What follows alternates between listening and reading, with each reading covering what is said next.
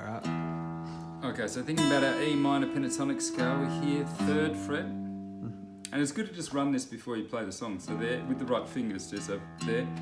First finger, bring the first finger up to 5, 3rd on 7, and then you just run the ladder of those notes, right? Okay. So it's just that little part of the C position of the E minor pentatonic. Yep. And then we're going through into this kind of A. This A part. Once again, it's just this little, between the dots, 7 and 9, then just this minor 3rd on the 8th fret, you know?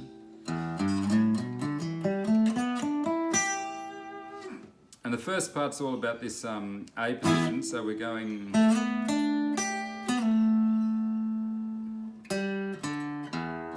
and then resolving back into those notes. Yeah. So that repeats, 4, 5, bottom, sliding.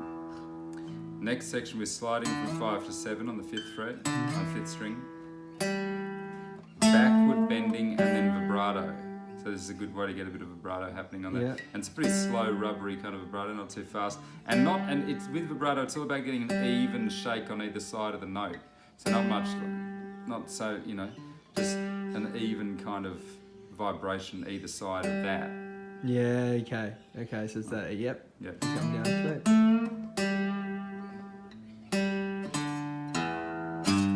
And so alternatively, it goes to the G instead of sliding back up to the E, Yeah. to the G.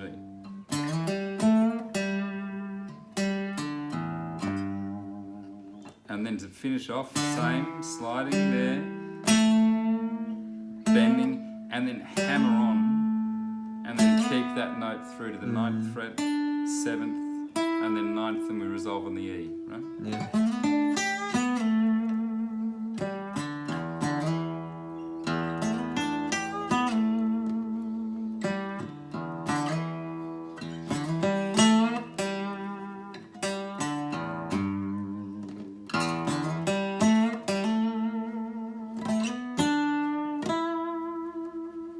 I'm trying to get some backward vibrato happening there. And you notice I'm just dropping the low in between, the low E in between phrases because it's an E, right? So it gives it that, gives it a bit more body like that. Yeah. And then the chords, the E7 sharp 9, this is the Jimi Hendrix chord. So because you're getting your head around this theory stuff, if you look at a C chord and then a C7 chord is just adding that flat 7, the B flat. Yep. So I move that up to E, right? So I've got my root note on the 5th string, 7th fret. But then what I do is I change the fingering, so I've got 3 notes of that chord. So that's almost like a B7, right? But just up. Well, yeah, I mean, the B7 really is the C7 anyway. It's the C7 shape, Okay, right? back one, yeah, of course. So Sorry, it's like, yeah. And then you've got the minor 3rd, Okay. that one that we had in our riff, right? That A, yeah. And the interesting thing about this chord is you've got a major 3rd and a minor 3rd living together. That's the dissonant sound. Yeah. But for some reason it just kind of lives there with those other notes and it can stay there. Yeah. It's an altered chord. It normally would have been, in jazz, it would have been used as a resolution back to another chord, like... Yeah. Okay, but he decided, and a lot of other altered chords, like... can't, like you couldn't make a song out of that one, but you can out of that, right?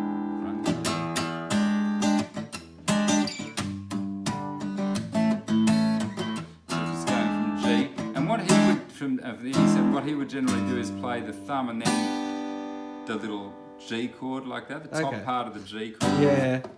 But leaving that note out, so you're going... Yeah, okay. And then up to there. Just play the A, right? Yeah.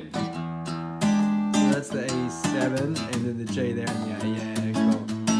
Because it's just about, my thumb doesn't bend so I can't do it. Yeah. But that's the kind of funky way to do it, because then you get this kind of...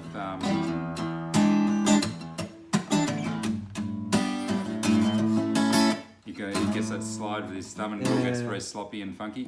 Or you can just, on an acoustic guitar, if I was playing it solo, I'd probably do more like power chords down there. And the G, and the E7 sharp 9. To the G power chord and the A power chord. You know? Yeah. And, and look, there's just one other thing that happens actually.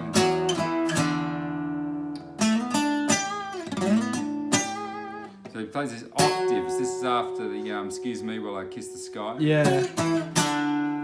So it's going F sharp E D on the dots 9 Yeah. 7 5, and he's just playing the octave of that note, which is on the third string F sharp E D. Yeah. Okay. Right? Yeah. So it creates that little sound, the same note octave apart. And if you mute that, you can get a good swing on it like that. Yeah. So you're just moving that with the bottom bass of your index finger. Yeah. You sort of Mute, flatten. yeah. And then he just plays the first part of the riff twice. Yeah. Right, so instead of going, he just goes.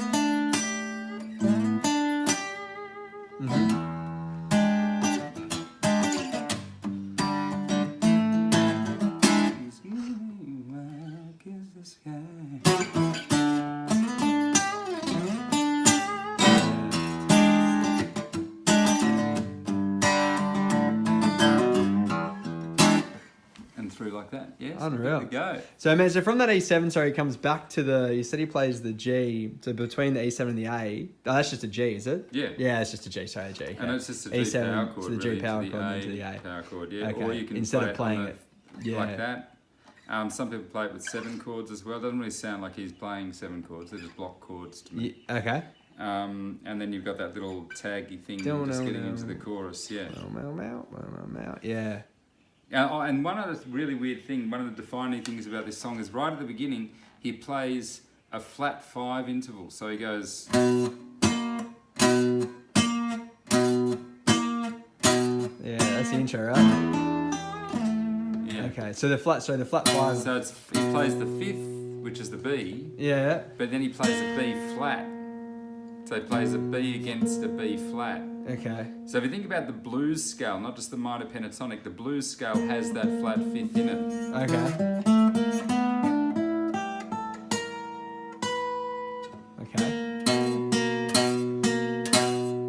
Just once again a really weird dissonant thing, right? And yet that's the intro of the song. You hear that.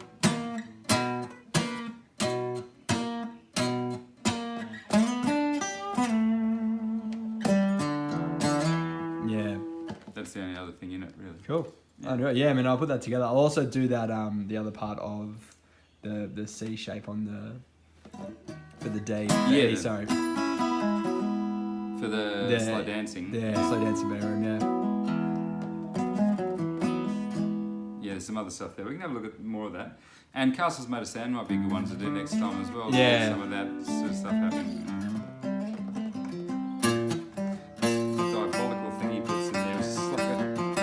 All major, or part of G major if you like.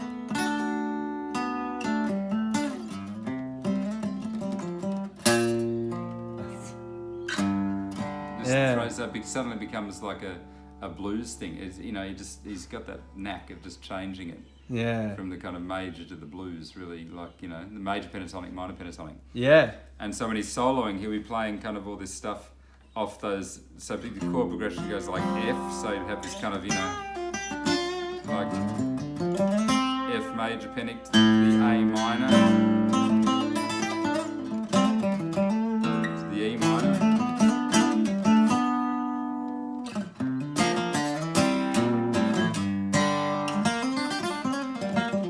So he goes back into a kind of thing where it sounds like G major, but because he's got this kind of B flat sound in there, it becomes more like a minor pentatonic. Yeah.